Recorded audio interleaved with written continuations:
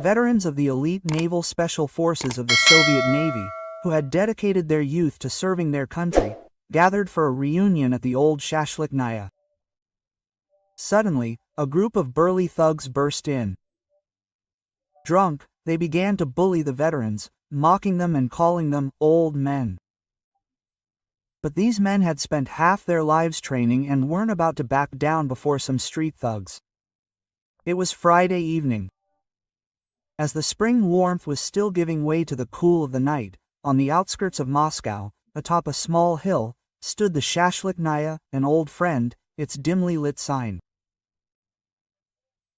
Neon letters flickered faintly on the shabby cement wall, and the smell of fried meat, onions, and smoke wafted through the old sliding door. In the center of the room, in a space formed by two connected rooms, sat a communal table. That evening, 5 elderly men sat around a long table, over which shashlik was grilling on several grills: Pavel Dmitrievich, Ivan Yegorovich, Grigory Konstantinovich, Yuri Antonovich, and Mikhail Semyonovich. All were over 60, their strong necks and broad shoulders, even under their loose shirts, betrayed the former physique of Special Forces soldiers, which the years had not erased. However, their expressions were the same as those of ordinary old men who had long ago abandoned the battlefield for the cares of life. Instead of camouflage, they wore comfortable trousers, which, they said, their granddaughters had chosen, and shirts their wives had packed for the trip. They were already finishing their second bottle of vodka, reminiscing about the past. "Oh, Yegorich, I thought I'd definitely suffocate underwater," said Pavel, turning over a skewer of meat. "If it weren't for you, I wouldn't have seen this world in my old age." Ivan laughed quietly. "We all thought it was the end then. But you know, now I think that operation was a waste of time. In the end, the one who survived was right." A chuckle rippled across the table, and the meat on the grill sizzled, dripping with juice. Grigory, sprinkling the meat with salt, added, "If the one who survived was right, then I'm the one in charge today. My face is the most worn out." Quote, "You son of a..." Pavel lightly tapped the empty bottle with his skewer. And Mikhail, laughing, began to cough. As a former military doctor, he immediately pulled some digestive pills from his pocket and grumbled, "Eat more slowly, old men, you have to think about your blood pressure too." Yuri, meanwhile, poured everyone a shot of vodka. When the glasses touched, there was a distinctive clinking sound. For a moment, their gazes met. It was a short ritual, developed back in the days when gunshots rang out instead of glasses. At that very moment, the sliding door slammed open. The air in the kebab shop, thick with the smell of meat and vodka, mixed with the cold night air from the street, and for a moment, silence reigned. 4 burly men stumbled into the room. The bald-headed leader had a blue tattoo running from his forehead to the back of his head. His 3 companions sported thick gold chains and shiny t-shirts, as if boasting their gang affiliation. "Hey, mistress!" The tattooed man slammed his fist on the glass display case. The thin woman shuddered in fear. "I have a free one, the biggest one." "Forgive me, it's all taken now," he said, "free it." While the woman bowed slightly and apologized, he cast a disdainful glance around the room.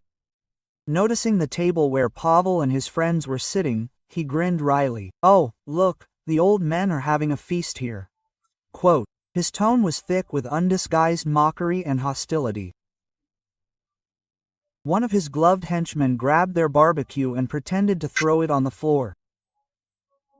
Pavel's friends froze, lowering their forks. No one had yet shown anger, but all 5 had already mentally calculated the bandits' trajectory, the position of their hands, the distance between their legs, and the route to the exit. This look, however, was hidden from outsiders. It was a mask of combative calm, honed since youth in countless, deadly situations. From the outside, it seemed the old men were simply frozen by the sudden commotion. But deep down, each of them was already ready for battle. The tattooed man, pushing through the smoke-filled air, approached their table. "Hey, old men, "Can't you hear? You're making too much noise. Let's keep it down." And his henchmen, standing behind him, demonstratively showed off the tattoos on their arms and grinned. One of them was already searching the kitchen for a knife. "Pavel, I haven't yet estimated how many there are," Ivan muttered quietly, carefully putting down his fork. Pavel, picking up his shot glass, only smiled vaguely. "What difference does it make? There are 4 inside, and even if there's a support group outside, there can't be more than 10. Meanwhile, Yuri, surprisingly quietly but clearly, wrote something on a napkin. "The exit is blocked. Perhaps knives. Police 1123 minutes." Then he discreetly moved the napkin to Ivan. A habit developed in intelligence. In a critical situation, a word replaces a letter. The tattooed man, looking into Pavel's clouded yet clear eyes, felt an inexplicable unease. He was sure these were simple village elders, but their coppery, unwavering gaze was disconcerting. Trying to shake off this unpleasant feeling, he raised his voice again. "Are you kidding me, guys? I asked you nicely." Quote. He grabbed Pavel's shot glass of vodka and slammed his fist down on the table. The vodka splashed onto the hot coals, and for a moment the flames that flared up illuminated everything around. At that moment, Pavel grabbed the tattooed man's wrist with his rough, old hand. Not grabbed it, more like snagged it. He only pressed lightly with 2 or 3 fingers, but the bandit jerked like a fish caught on a steel hook. "Young man, we're the first ones here." Pavel's voice was low but clear, and it carried a strange, almost military bearing. The tattooed man reflexively tried to pull his hand away, but the tendons from his fingertips to his elbow were completely blocked by Pavel's grip. His eyes widened, and he involuntarily swallowed a curse. At that moment, Ivan, flipping a piece of shashlik, said as if nothing had happened, "Pash, the meat is burning." The atmosphere in the kebab shop grew tense. The smell of roasting meat mingled with the scent of anxious sweat and the creaking of metal. One of the bandits, grabbing a knife from the kitchen, moved toward them, but was met with Grigory's icy gaze. Grigory slowly stood up and stretched his shoulders. The movement alone made his neck crack, as if he had a hernia. But the threat emanating from his back was sharper than any blade. "Put the knife down," Mikhail snapped. Even though he was a medic, he knew better than anyone that the last stage of a fight was always dealing with the wounded. "If you swing it, I'll have to draw a suture line along your artery. Frankly, I don't feel like smelling blood today." The knife-wielding bandit froze at these words, which conjured up images of torn flesh. At that moment, Ivan slightly lifted the grill grate. The coals flared brightly under the red-hot metal. Ivan's gaze slid from the coals to the knife-wielding bandit, and then to their leader, whose wrist was still in Pavel's hand. It was like the prelude to a slow symphony.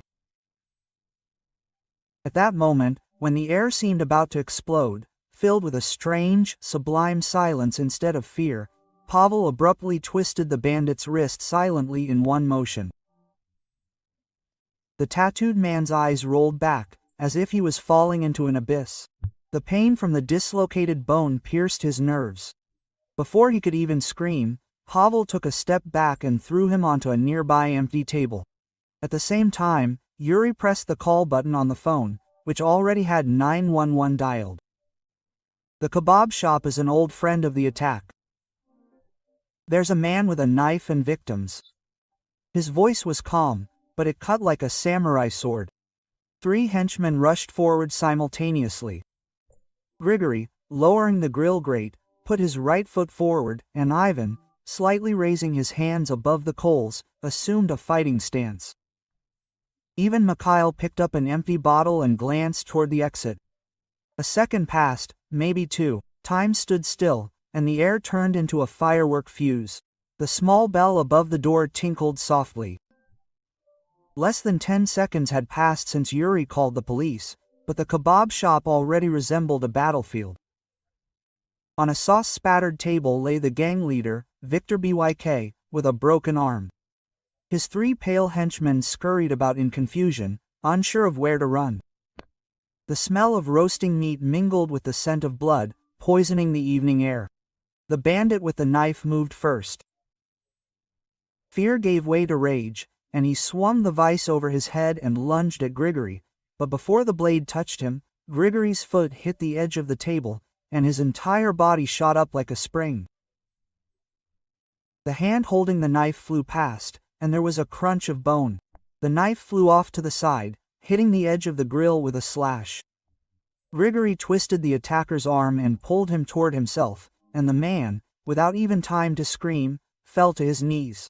A knife isn't so dangerous when it's not in your hand, Grigory muttered calmly, his voice still unwavering, breaking his elbow. It took no more than 3 seconds for the tendons to snap.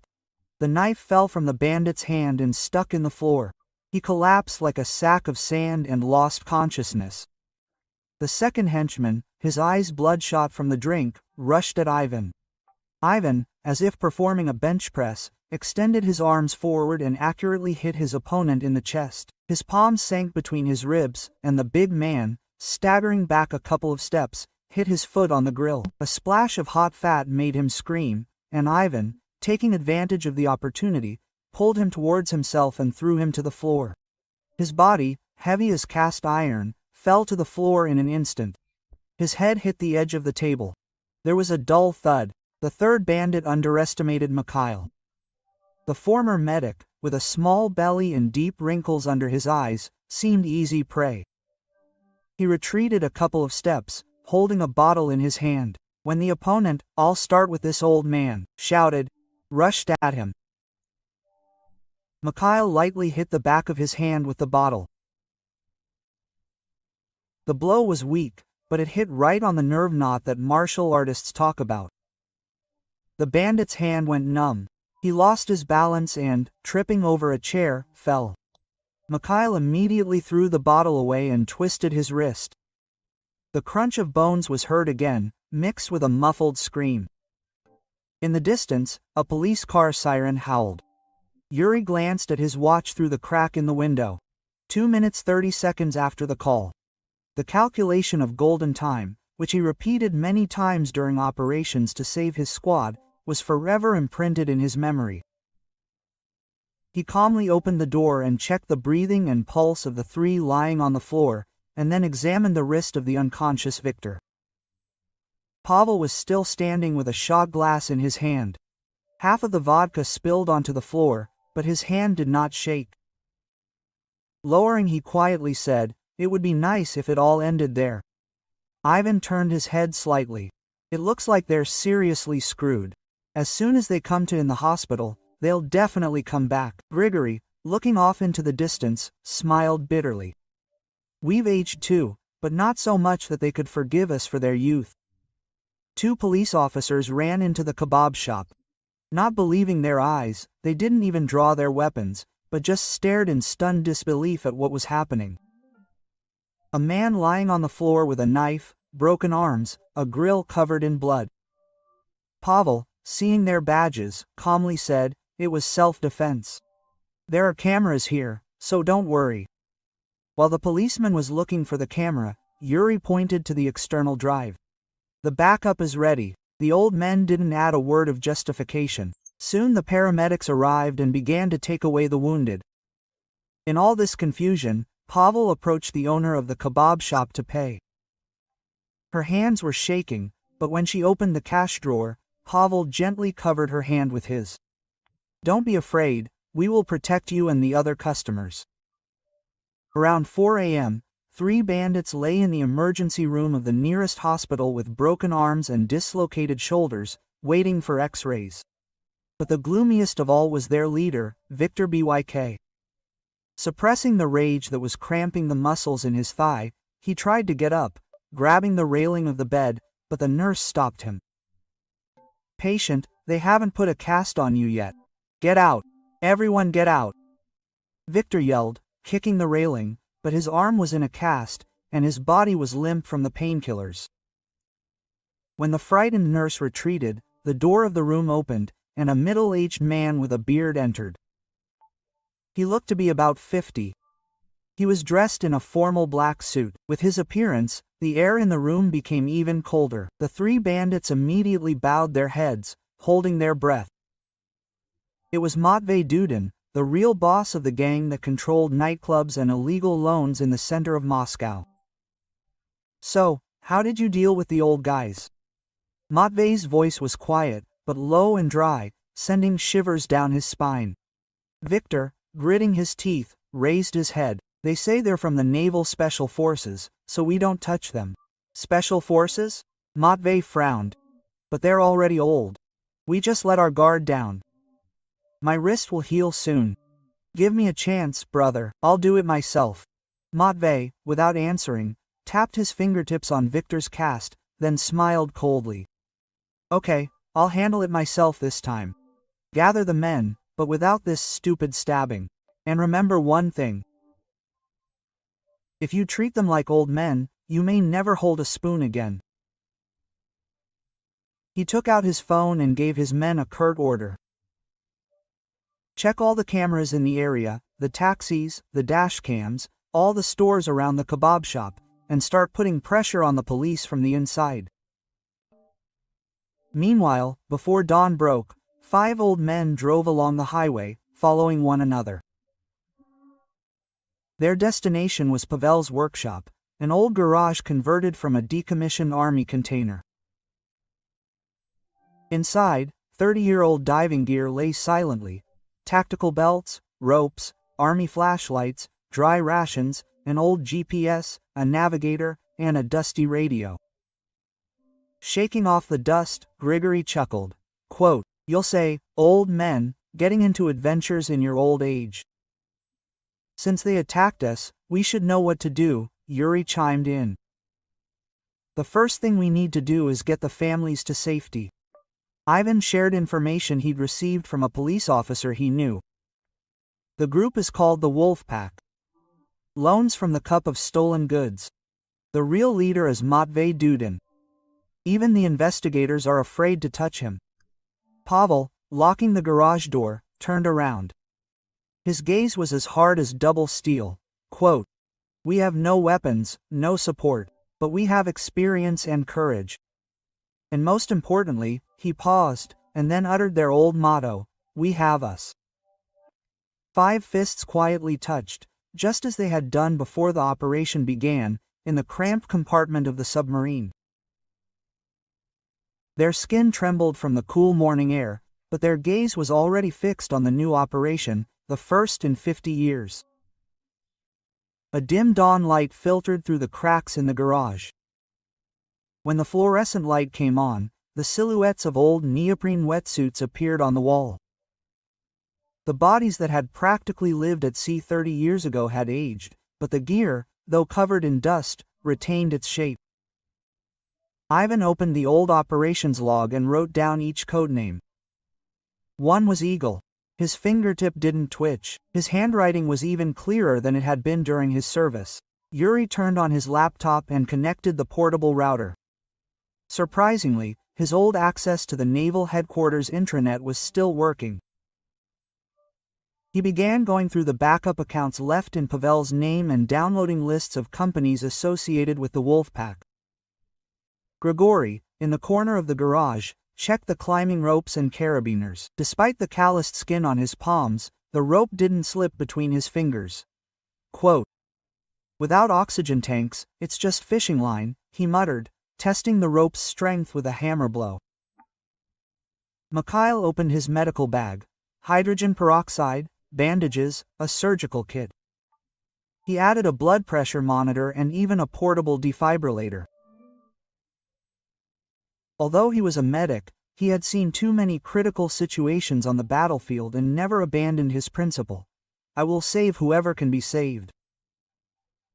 Having completed his preparations, Pavel locked the garage door and said, "They will attack all at once. First, they will gather information, and then strike the weakest link, the families." Before he could finish speaking, Ivan's phone vibrated. His son's name appeared on the screen, but the voice on the other end was strange.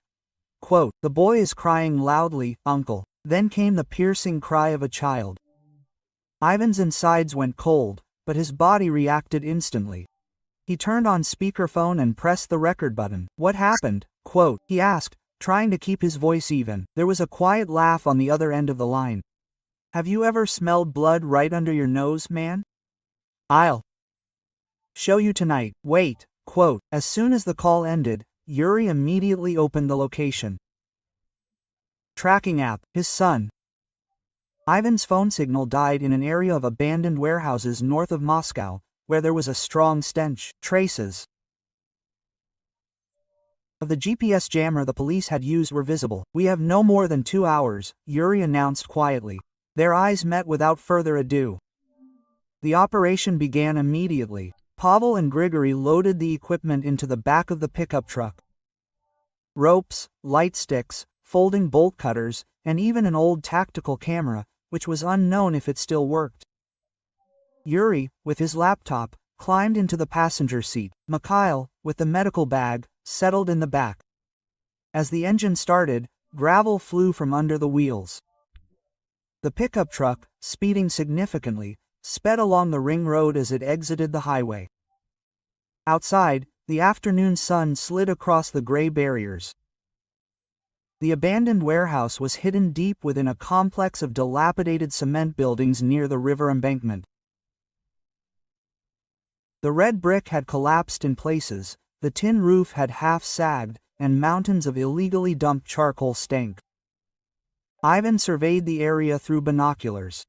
A slanted security camera hung above the entrance, and 2 black sedans stood in front of the gate. 2 guards, at least 5 inside, Pavel whispered. "There's an exit to the river at the back, but a drone won't get through." Quote. He pointed at the concrete rubble blocking the way. This was their first entry point. Grigory, slinging the rope over his shoulder, stepped out of the car. Mikhail pulled a folding stretcher from his bag. "When we find the boy, the first thing we need to do is prevent shock," he said. After checking his pulse, Pavel picked up the radio and set the clear for everyone. After penetration, contact every 30 seconds. If there's no alarm, we move on to the next step. The trained bodies, crouched, skirted the concrete rubble and approached the warehouse wall. Bolt cutters in one hand, a quiet electric drill in the other. Ivan, wearing gloves, pulled the iron lock and listened. From inside, came the loud laughter of 20-year-olds, mixed with the quiet sobs of a child. An old rule from the regulations flashed through his mind. Laughter is followed by a drop in vigilance. The noise of the bitten bolt cutter was drowned out by the roar of a small generator. Pavel I slipped inside. It wasn't dark inside. Instead of air conditioning, huge subwoofers hummed, pumping out low frequencies. One of the older bandits sat on a plastic chair, legs crossed, smoking. Ivan's son sat next to him, his hands bound and gagged. Before the lights went out, Ivan lunged forward, 20 meters in a single bound. Before the bandit could draw his pistol, Ivan twisted his wrist, aiming the barrel at the ceiling. A shot rang out, but the bullet only pierced the ceiling, showering debris. 2 guards at the back door rushed to help, waving golf clubs and iron pipes. But Grigory's rope was already cutting through the air. Like an anchor thrown into the waves, it simultaneously caught the neck and arm of one of the guards, pulling him toward itself. As their off-balance bodies collided, Grigory snatched the pipe, twisted his opponent's wrist, and kneed him in the stomach. The guard sank to the floor with a wheeze. The other tried to retreat, but a flashbang grenade thrown by Yuri exploded right in his face. After a lightning-like flash of a second and a half, the guard's vision went blind. Pavel, gritting his teeth, pinned the older bandit to the floor. 3 consecutive blows to the pressure points along his spine. On the brink, with his opponent's breath about to be taken away, Pavel hissed an ultimatum. "We are not the old men you think we are. Touch us, and you will suffer. Touch us again, and you will die." Quote. While the bandit's pupils narrowed in terror, Ivan untied his son and hugged him. The child burst into tears, but Ivan, stroking the back of his head with a trembling hand, could only squeeze out one word. "Everything is okay, Daddy is here." Meanwhile, Mikhail checked the unconscious guard's pulse and, taking out an elastic bandage, secured his broken arm. Even enemies must be saved, that was his old vow. He even sprayed the senior gangster with anesthetic spray and quietly but firmly warned, "If you don't want me to stitch you up without anesthesia next time, lie still." The sedan drivers waiting outside, hearing the gunshot, rushed toward the warehouse, but froze when they saw the bound guards. Ivan snatched the phone from the leader, turned it on speakerphone and shouted into the receiver, dialing a number from his contacts. "Matvey, can you hear me? Neither your fists, nor knives, nor guns will help here. We will be in your way as long as we live. Stop it." Quote. The night sky, visible from the car window, was growing thick as ink when sirens again cut through the air over the river. This time, Ivan himself called the police. A hostage had been taken. Members of an organized crime group, a wolf pack, were caught red-handed. Evidence has been collected. When the headlights of the police cars illuminated the abandoned warehouse, Pavel and his comrades silently exchanged glances. The blood-stained floor, overturned plastic chairs, a sedan abandoned by its drivers. All this appeared under the spotlight. When the police, having finished examining the scene, called the old men to give testimony, Pavel lightly patted Ivan on the shoulder. "Round 1, it's over." Ivan smiled bitterly. "Now Matvey can take us personally, but we have nowhere to hide." Pavel looked at the distant riverbank. The moonlight fell lonely on the crumbling dam. He suddenly remembered the night before the amphibious operation. Many years ago, when they were in a submarine in the middle of the sea. Then the moonlight was also cold, and the waves merciless. But the breathing of his comrades was one. This night was no different. Even with the lungs of 60-year-olds, with faith and support from each other, it was possible to swim through the sea, the night, and the violence. Pavel sighed heavily. "We're not finished." Grigory, stretching his ankle, added, "Now for round 2. Yuri, reviewing the footage, flexed his fingers. Mikhail, still examining the wounded, muttered, "No one needs to be killed. We need to scare them to death, leaving them alive." The sky above the warehouse was quiet, but beneath it a new wave of revenge and retribution was already brewing. And the 5 old men were convinced that the warriors' blood, which they thought had long since cooled in their old bodies, still flowed hot. After a night of interrogation, the old men left the investigator's office. Their noses smelled not of morning air, but rather of damp dust and fatigue. When they stepped out the glass door, the sky was already pale light, but there was no one on the streets. Yuri took out his phone and simultaneously logged into 2 Google accounts. He was backing up call records and the location of 17 fake phones registered to the Wolfpack. And on another part of the screen, the balance of their Bitcoin wallet was displayed in real time. "They think we'll act through the police, so they'll go to the prosecutor's office first," he said seriously. "I encrypted and distributed the evidence among 3 different places. If one fails, there will be 2 more." Ivan returned from the hospital, where he had taken his son. The boy lay, still frightened, but without serious injuries. Ivan touched his slender fingers for a moment, then squeezed his hand. It was still warm. Remembering that warmth, he could finally imagine Matvey's face. Surgeries flashed through his mind, when death was so close. Today, everything was the opposite. Protecting was much more difficult and scary. Leaving the police station and heading to the parking lot, 5 old men stopped at the same time. Behind their pickup truck, a gray minivan with the engine running was parked.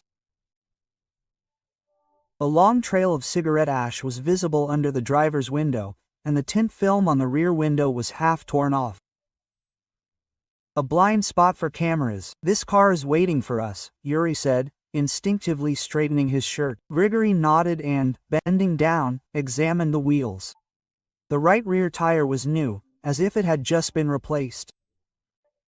"If we get 2 flats, they won't catch us," he chuckled quietly.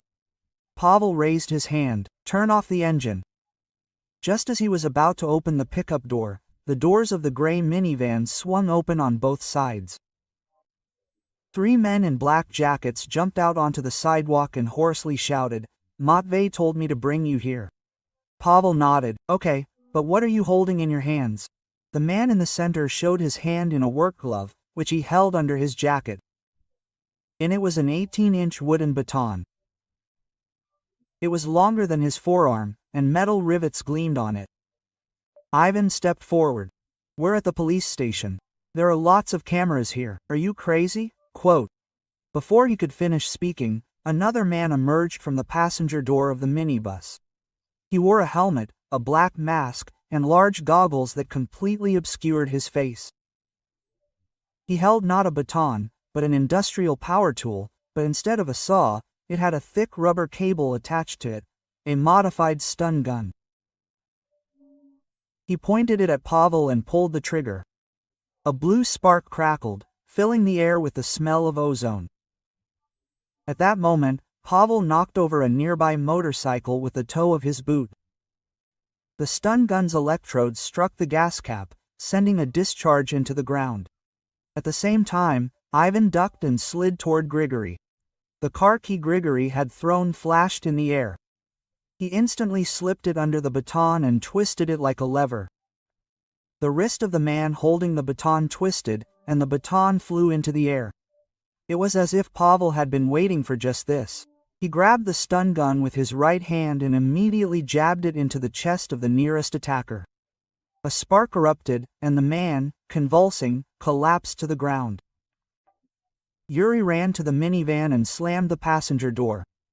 He twisted the handle, locking it from the inside in a single second. The man in the helmet tried to kick the door down from the inside, but to no avail. Then Yuri pulled a USB cable from his pocket and plugged it into the socket. It was a temporary short circuit that instantly overloaded the smart key receiver. "Now this car won't start." The man, who had lost his baton, rushed forward with a scream. Ivan grabbed him by the neck and threw him over his shoulder. The body, flipping in midair, hit the ground with a thud. Mikhail, wasting no time, placed a thermometer on the fallen man's forehead and checked his pulse. If there is no doctor, whoever can save him must save him. But at the same time, he pulled a fluorescent spray from his pocket and drew crosses on both of the man's wrists. This was a mark, signifying that the target had been neutralized. The man in the helmet attempted to escape, smashing his fist through the window. As shards rained down, Yuri spun around and punched the gap between the half-open door and the truck bed. The blow caught him in the chin, and he tore off his helmet. Beneath it was the face of a young man in his 20s with blue tattoos on his temples. He sank limply to the ground. Pavel lifted him and quietly asked, "Where is Matvey?" The man, gritting his teeth, remained silent. Pavel gave a short laugh. "We won't take your life, but if you don't answer my 3 questions, my commander might shoot me in the back." He slammed his palm on the minivan's dashboard. Only 2 GPS receivers lay on it. The guy's face suddenly turned pale. There, in the industrial zone, was an abandoned warehouse. Before he could finish speaking, Ivan radioed the dispatch center. Intersection Y attempted terrorist attack. 4 people caught red-handed. Backup required. As soon as he received the answer, he added, "Investigator Ivan Igorov, extension 746. Identification and fingerprints required from the vehicle." The pickup truck pulled back onto the road, leaving behind tire tracks from the motorcycle and burn marks from the stun gun. In the car, Yuri turned on the laptop again. "I've already accessed the cameras around the warehouse. 3 black vans pulled in there 30 minutes ago."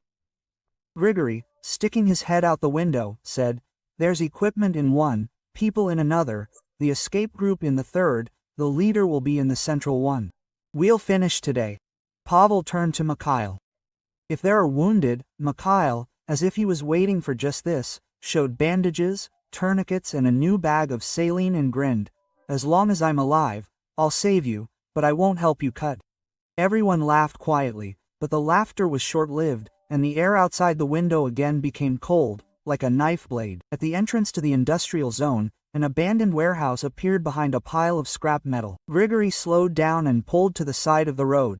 The old men simultaneously opened the doors and took earplugs out of their pockets. It took 20 seconds to put them on, along with helmets and glasses. Yuri launched the drone, and a thermal image appeared on the screen. There were 5 inside, 2 on patrol along the perimeter, 4 at entrance, and the brightest spot on the second floor was Matvey's office window. Ivan, with a rope, headed for the breach in the wall. As soon as he threw the rope over the rusty railing, Grigory raised the metal barricade, creating a gap. Pavel was the first, crouching, to slip inside. Comparing the thermal image with actual movement, he tapped the wall with 2 fingers. It was a silent signal they had used back in the submarine on the left. 1. 45 degrees angle of rotation, strike at a vital point, silent neutralization. Grigory and Yuri simultaneously struck the backs of the 2 guards' heads. As they sank to their knees, Mikhail had already caught them, cushioning their fall.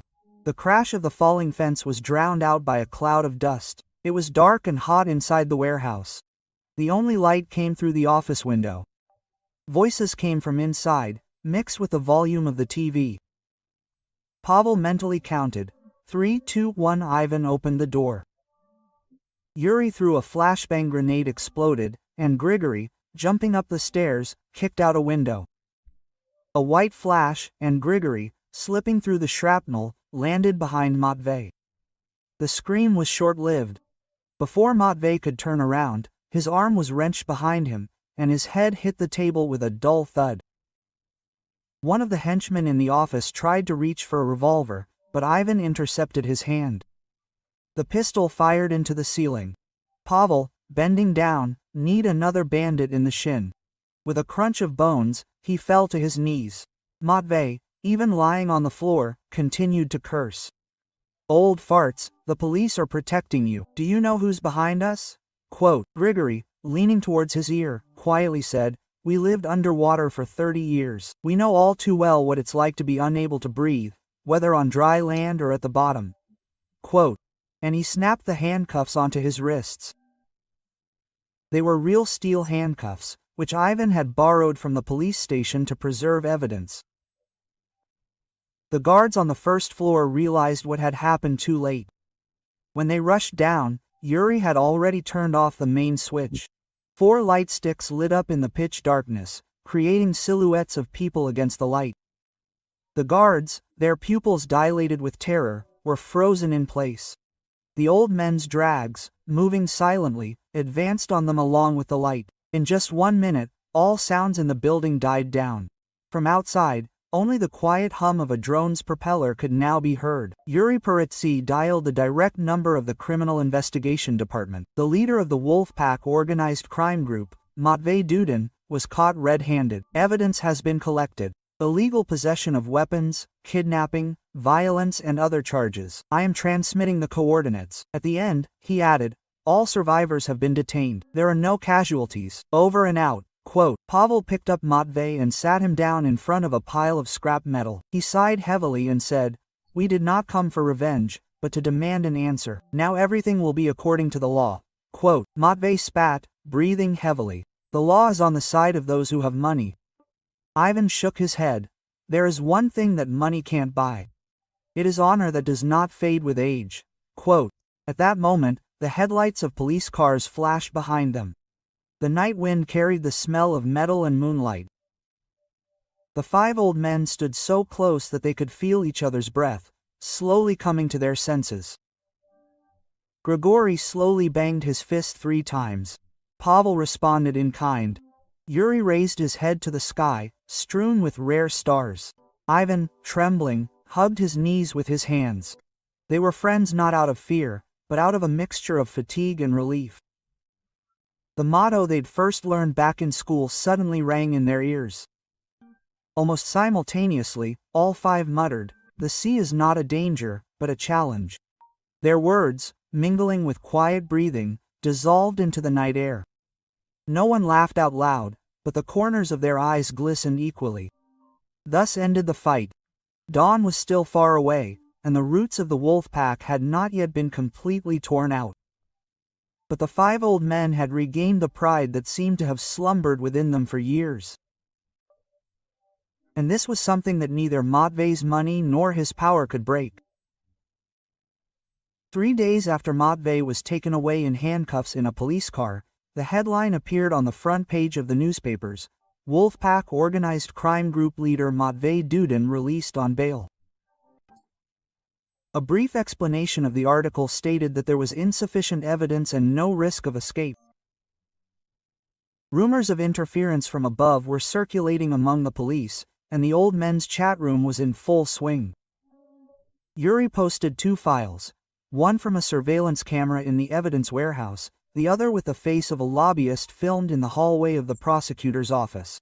That same day, Pavel visited his old commander. He was now working as a consultant on one of the FSB's external projects. The gray-haired boss, without waiting for a greeting, turned his laptop toward Pavel. On the screen was a list of deputies preparing for hearings and an analysis of the possibility of invoking the witness protection law. "There's enough evidence. The question is, when should we drop it?" Quote, he said, putting out his cigarette. "When do you think?" Pavel, catching his breath, replied, "When will they come and burn this evidence?" At the same time, the wolf pack began destroying internal documents. Matvei's first order after his release was not to return to the warehouse, but to the server room. Racks of servers containing records of illegal loans, 2 boxes of hard drives documenting tax evasion and political finance flows, were stacked next to Schroeder. They had descended into the data center's basement, posing as IT employees, but no one, not even within the Wolfpack, knew that the head of the data center's security firm was Yuri's naval comrade. A blue cable ran along the wall of the server room. It wasn't just an axial cable, but a data mirroring line. When Yuri turned on his laptop in the van behind the building, a stream of files poured in real time: ledgers, bank transactions, photographs of large sums of cash, and even an analysis of officials' political preferences. Grigory drilled a hole, and Ivan inserted an endoscopic camera to examine the interior. 2 lobbyists in shirt sleeves stood in front of the server racks, holding a small fire extinguisher. They were destroying documents in the shredder and setting fire to the remains with a lighter. "Right now," Yuri said quietly into the radio. Pavel turned off the main circuit breaker from outside. The entire basement plunged into darkness. The lobbyists destroying the data screamed and scurried about. At that moment, Grigory swung open the iron door. The flashlight in his hand flashed like a metal whip, and the first lobbyist, struck in the jaw, fell. Ivan placed a stun gun to the second lobbyist's lower back and pulled the trigger. A blue spark cut off the screen. They overturned the shredder, trampled the smoldering remains, and handed Pavel the bag containing the intact files.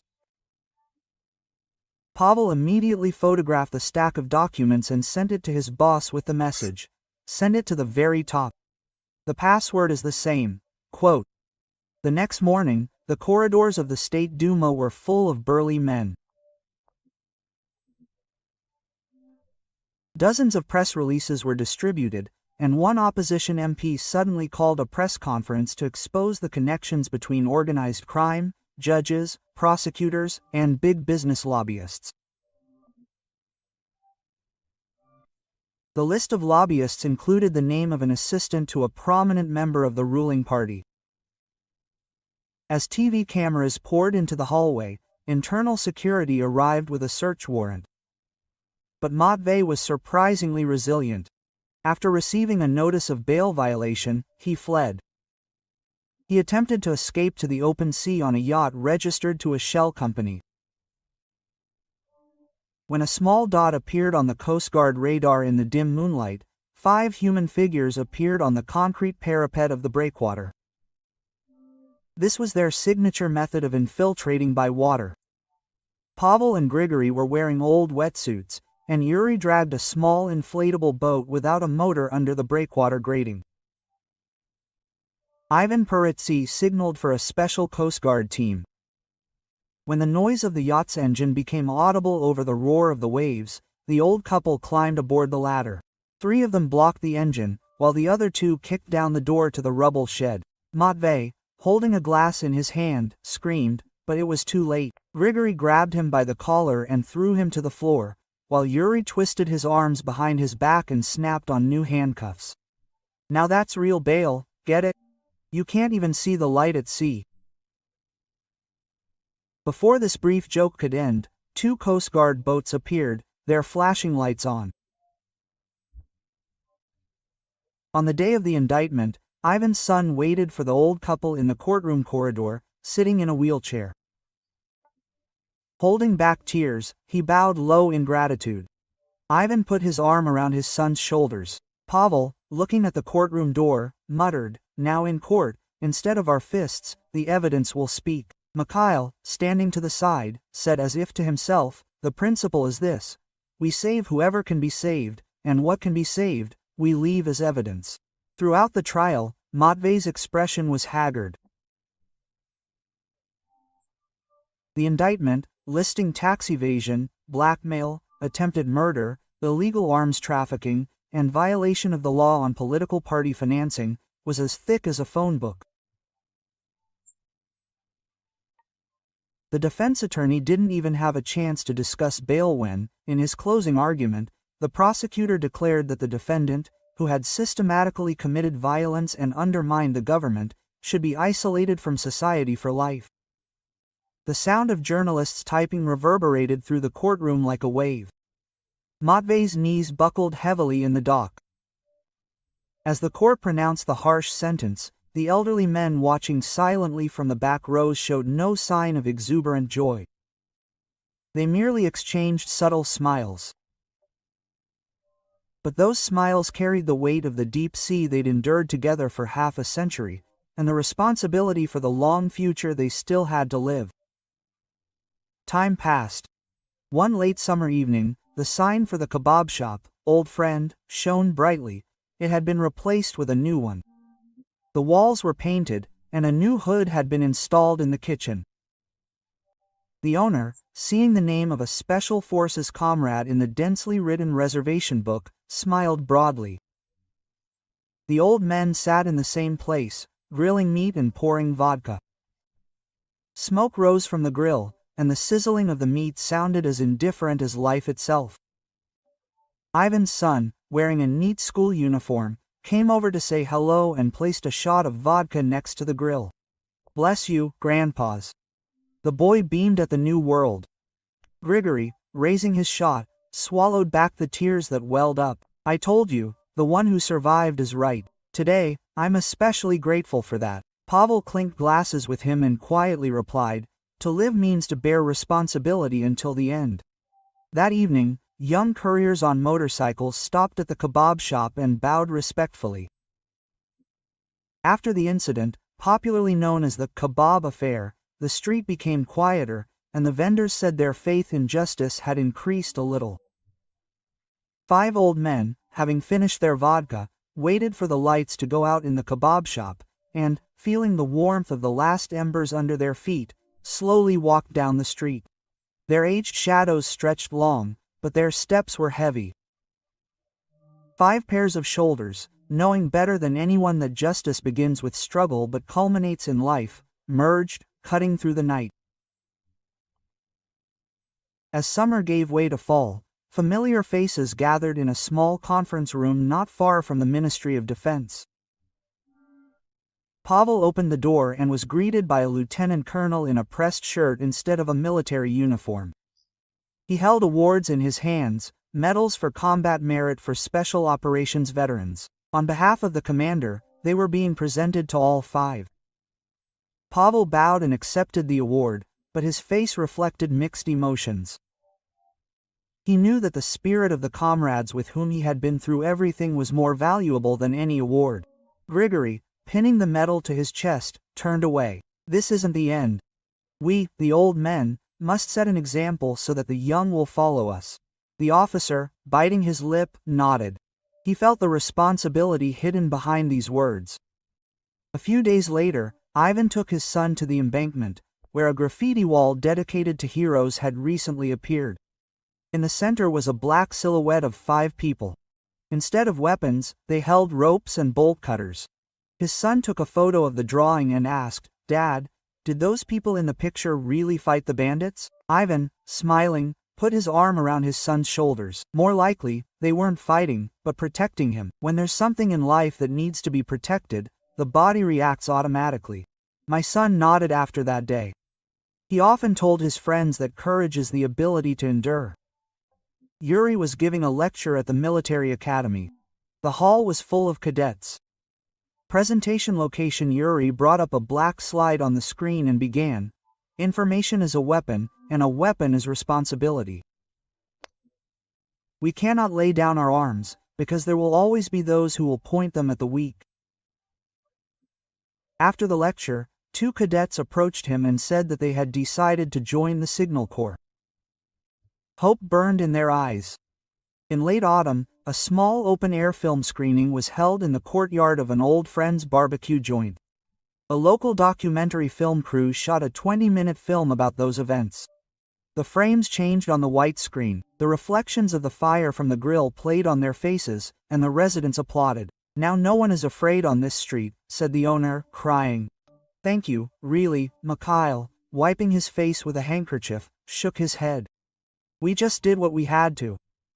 When the film ended and the screen was removed, the night sky was revealed. Under the stars, the shoulders of the old men lined up in a row, like light streaks of smoke. They raised their glasses, but this time they weren't drinking alcohol, but soda with ice. Pavel raised his glass high. "The sea is still dangerous, but it was the sea that raised us," and he slowly lowered the glass, meeting each of their gazes in turn. "As long as we live, there will be no place our wave won't reach." Grigory, clinking glasses with him, laughed. "I'm telling you, whoever survives is right." Yuri, grinning, chimed in. "While we live, we must renew ourselves. I'm responsible for IT education." Mikhail added quietly last, "And if anyone gets wounded, I'll save them." Everyone laughed. At that moment, the breath of their comrades, which had merged countless times over the years, became one again. The meat on the grill sizzled again. Smoke rose into the night sky, mingling with the starlight, and the scars left by the battle, and the smiles of the people they had protected, and the peace that came after so long, all dissolved in this smoke. The 5 old men slowly drained their glasses and put the medals they had just been ironing into their shirt pockets. Life went on. No one knew how much longer they would have to fight. But one thing was clear: as long as there was honor and responsibility, the old comrades would never retreat. And only because of this fact, this street and this city felt a little safer tonight. Yeah,